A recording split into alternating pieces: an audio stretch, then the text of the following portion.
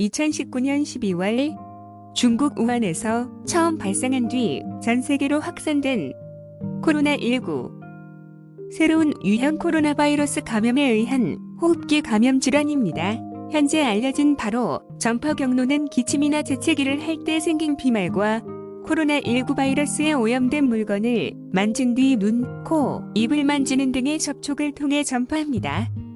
1에서 14일, 평균 4에서 7일의 잠복기로 감염되며 발열, 권태감, 기침, 호흡곤란 및 폐렴 등 경증에서 중증까지 다양한 호흡기 감염 증상이 나타납니다.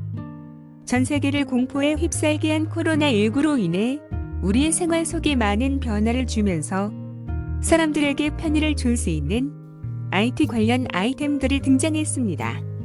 코로나19로 인해 만들어진 IT 관련 기기 혹은 사이트들이 많은데 확진자의 수와 확진자의 동선을 알려주는 사이트와 안심밴드, 그리고 AI에 대하여 알아보려 합니다.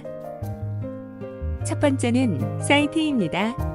코로나19 확진자의 수와 확진자의 동선을 알려주는 사이트인 코로나맵과 대구 고산중학교 3학년 최형빈, 이찬영 군이 만든 코로나나우, 둔딘 스튜디오에서 만든 코로나19 등이 있습니다.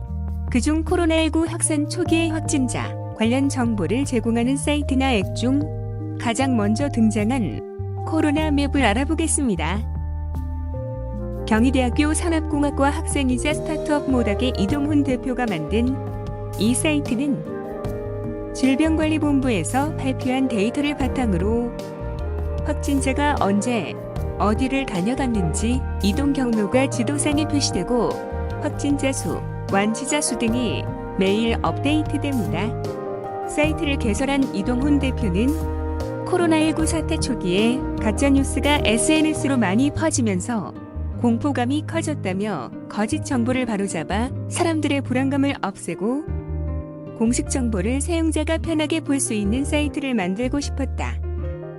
또 코로나19 확산 초기만 해도 확진자 수는 적었지만 동선이 많아 작업하기 힘들었는데 시간이 지나면서 자가격리 수칙을 잘 지키는 사람도 늘어나 확진자 수가 증가해도 시간이 별로 걸리지 않게 됐다며 사람들의 인식이 많이 변하고 있다는 걸 체감했다고 밝혔습니다.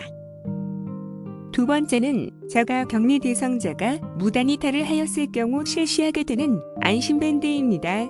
자가격리 대상자가 되었을 경우 자가격리자 안전보호라는 어플리케이션을 스마트폰에 설치를 하여 전담 공무원에게 자신의 건강 상태를 통보하거나 전담 공무원이 자가격리 대상을 모니터링하면서 격리 장소에서 이탈했을 경우 알림이 뜹니다. 하지만 안전한 생활을 위하여 자가격리 생활을 이어가는 사람이 있는 반면 무단 이탈하는 사람들이 빈번하게 발생하여 2차, 3차 감염이 발생하였습니다. 중앙재난안전대책본부는 무단 이탈 등 자가격리 지침은 위반하는 자가격리자 관리를 강화하기 위해 정보통신기술을 활용한 자가격리자 관리 강화 방안을 도입했습니다. 2020년 4월 27일부터 시행된 안심밴드는 자가격리자 안전보호 앱과 연계되어 스마트폰과 20m 이탈하거나 밴드를 훼손, 절단할 경우 전담 관리자에게 자동으로 통보됩니다. 세 번째로는 AI를 이용한 영상 진단, 보조 프로그램입니다. AI와 빅데이터를 이용하여 질병의 위험을 경고하거나 질병 진단을 하기도 합니다. 기존의 엑스레이 사진을 AI를 통해 폐결절, 폐경화, 기흉 등 폐질환을 검출하는 루닛 인사이트 CXR뿐만 아니라 코로나19 이후 국내 최초 CT 영상을 기반으로 폐결절 등을 탐지하는 뷰노메드, 인터넷 연결 없이 AI로 폐렴 등의 소견이 자동 검출된다는 엑스마루 프로 등을 이용하여 코로나19의 진단을 돕는 데 사용합니다. 코로나19는 IT 분야에 큰 영향을 끼치고 있습니다. IT 업체들은 코로나 전파를 차단하기 위한 방역 및 치료를 위해 다양한 기술을 동원하여 코로나의 위급 상황에 활용되고 있습니다. 현재 국내 IT 아웃소싱 분석에 따르면 건강 홈 트레이닝, 의료 등 비대면 분야가 눈에 띄게 증가하였습니다. 의료 분야의 경우 기존에는 병원 시스템 개발, 의료 정보 데이터 분석, 의료기기 프로젝트가 대두를 이뤘습니다.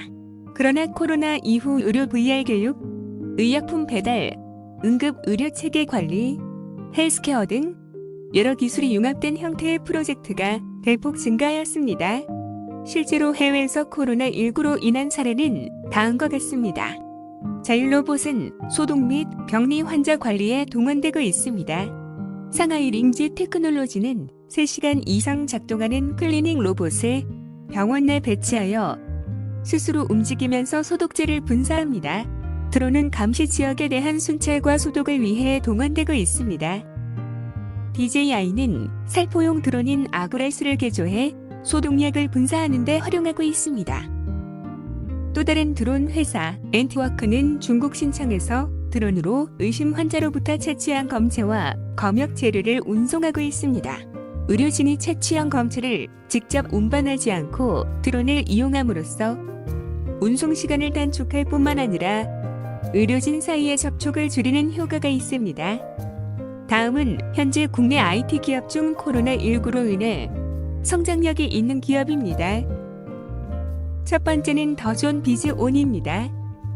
국내 중소형 ERP로 가장 인정받고 있는 회사입니다.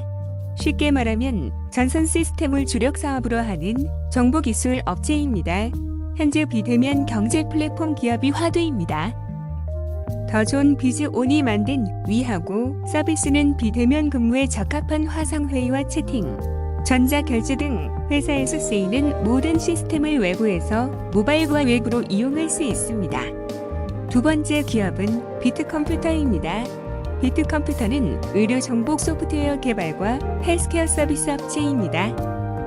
원격 의료 시스템을 2018년 기준 국내외 900여 개 기관에 구축하였고 우즈베키스탄, 카자흐스탄, 이라크 등 해외 국가에도 진출하였습니다. 비트컴퓨터는 원격 의료를 포함한 디지털 의료 서비스 고도화 수요가 기대되는 기업입니다. 의료기관에서 의료 데이터 관리 시스템을 자체 네트워크 형태로 구축하는 것보다는 클라우드 시스템이 접근성과 활용성이 좋아 증대시키는 것이 최근 트렌드입니다. 의료기관에서 운용 중인 원무 관리, 처방 전달, 의료 영상 저장, 전자 의무 기록 등의 의료 데이터 관리 시스템을 아마존 웹 서비스 또는 클라우드 서비스를 활용하기 때문에 비트컴퓨터는 이러한 추세에 대응하기 위해 클라우드 기반의 통합 의료 정보 시스템 클레머를 개발하였습니다. 코로나로 사회에는 많은 영향을 주었습니다. 다양한 IT 상품들이 개발되고 그에 따라 IT 기업도 성장해 나가고 있습니다.